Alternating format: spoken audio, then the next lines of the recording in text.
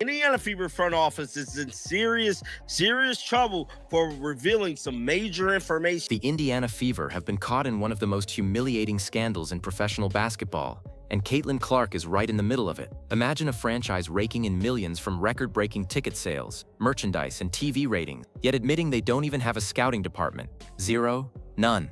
And the way this bombshell slipped out wasn't through some investigative report, but from a casual comment by a coach that set social media on fire. This isn't just embarrassing, it's dangerous for the future of the league's biggest star. Clark has turned Indiana into a money-printing machine, but behind the scenes, the front office looks more like an amateur outfit than a professional franchise. Like, subscribe, and comment if this kind of incompetence proves the WNBA is sabotaging its own best chance at growth, because what was revealed next left fans stunned. What's going on with, especially with the front office and whatever it takes to go find these players because they're available? And it's film study. Is it calling other coaching connections? What is all the above? Right. It's all the above. It's seeing film, watching clips, talking to contacts and connections. Bree and especially has been super helpful in this. She's got a lot of contacts overseas who have seen Kyra, for example, play a lot overseas. Teammates that she's had that are over there that played with her, against her. Same thing with Odyssey. All three of our assistant coaches coached her in AU, so they have some familiarity with her. So it really is all hands on deck and trying to get the best person possible. It all started with what sounded like a routine interview. Head coach Stephanie White was giving her thoughts on a new player, Kira Lambert. Basic coach speak, praising her preparation and quick learning. But then White slipped, and that one mistake exposed everything. She casually mentioned that Phoenix Mercury forward Brianna Turner, an active player in the league, was the one who helped discover Lambert overseas. The comment set off alarms instantly. Why is a current WNBA player scouting talent for another franchise? Why is she moonlighting as a recruiter while still trying to focus on her own season? It didn't take long before fans realized what this meant. The Indiana Fever were relying on players and connections instead of trained scouts to evaluate talent, and the receipts that surfaced next made the entire league look incompetent. Had Kyra been on your radar previously? Like, had she been a name that came up earlier in this process? No. So now that you've seen her play a little bit and I think having scouted a little bit, what is it about her that makes her the right fit for this Well, group? I think number one, her preparation. From the initial phone call that Amber and Kelly had to, our conversations. She's been watching the team. She's studying what we're doing, studying how we've played opponents on both ends, what we've done to attack, what we've done on the defensive end. Reminds me a little bit of Ari when she came in and really already kind of had some of the playbook down. Her ability to get downhill. She's got some speed and quickness as well. So all of those things are what we need and what we miss. The moment Stephanie White's comment hit the internet, fans started digging, and what they found was even worse than anyone expected. Screenshots began circulating showing the Fever's official staff listings, and the truth was undeniable. The Indiana Pacers, their NBA counterpart, had 8 full-time scouts, 8 professionals dedicated to watching tape, traveling, and finding hidden talent. The Fever? 0. Not one scout listed. Fans tore into the front office with sarcasm and rage. How do you run a professional team like a weekend rec league? One viral post read. Others mocked Indiana for bragging about record sales while cutting the bare minimum of infrastructure. The exposure made the Fever look like they were freeloading off random connections and favors, rather than operating like a serious franchise. Hold up, wait a minute. How the hell do Bree Turner discover a player? She's no scout. She's no recruiter. How the hell? She's supposed to be focusing on the season of bad she playing.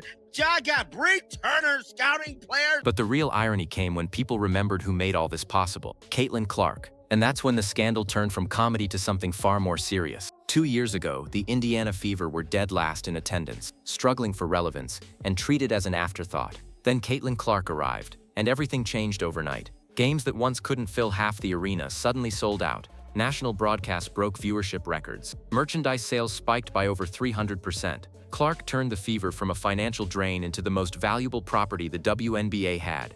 And yet, despite the millions pouring in, the front office hasn't even bothered to hire scouts. Fans saw the contradiction instantly. How can a franchise swim in Clark money while refusing to make the bare minimum investment to build a roster around her? It was the kind of hypocrisy that stung even harder because Clark isn't just any rookie. She's the biggest star the women's game has ever had. The question became unavoidable. Is Indiana trying to win, or are they simply cashing in? You lied to me. I think they merchandise sales was up like 300%. Y'all done made all them millions.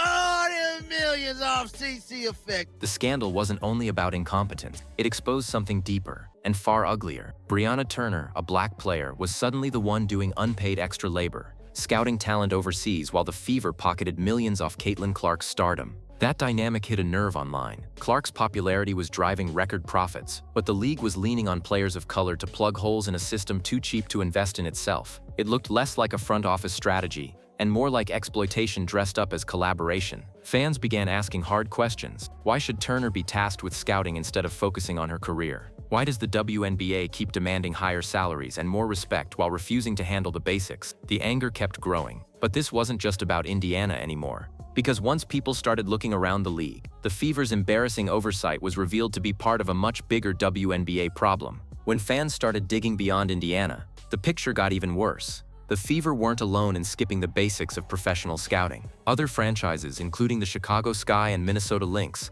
also had no formal scouting departments listed. Instead of trained evaluators, teams leaned on coaches, assistants, and personal connections to fill the gaps. Compared to the NBA, the difference was laughable. The league spends millions every year on scouting, analytics, and development because they know the right talent decisions mean championships. The WNBA, meanwhile, looked like it was running on vibes and favors. The more fans compared the two, the more embarrassing it became. While the NBA built a machine that turned into a global empire, the WNBA was caught admitting it hadn't even invested in the foundation. And the danger of this corner cutting hit even harder when people realized what it meant for the league's biggest star, Caitlin Clark. For Caitlin Clark, the lack of scouting isn't just a bad look, it's a direct threat to her career. She isn't a plug-and-play star who can succeed in any lineup. Clark needs shooters to spread the floor, defenders to take pressure off her, and skilled bigs who can run pick and rolls. None of that happens by accident. It requires scouts who understand how to build around her strength. Without that, she's left carrying a roster thrown together by guesswork and random connections. Every elbow she takes, every game where she's doubled with no help, is a reminder of how fragile her situation is. Fans couldn't believe a once-in-a-generation player, the very rookie who saved the Fever from irrelevance, was being set up for failure by the very people profiting off her name. And the question began to grow louder. If Indiana refuses to invest in her future, how long before Clark starts looking for a way out? The long-term risks for Indiana are staggering. Clark is under contract now, but rookie deals don't last forever. When that clock runs out, she will have to decide whether Indiana deserves her prime years. If the answer is a front office too cheap to hire even one full-time scout, then the Fever may lose the very star who made them relevant. The irony is painful. One small investment in infrastructure could have prevented the scandal. Instead, the Fever exposed themselves as a franchise more concerned with quick profits than building something sustainable. And it's not just Indiana on the line. If Clark ever decides to leave, the WNBA's credibility takes a direct hit. A superstar walking away from the team that failed her would be proof the league can't take care of its best players. For now, fans are left wondering,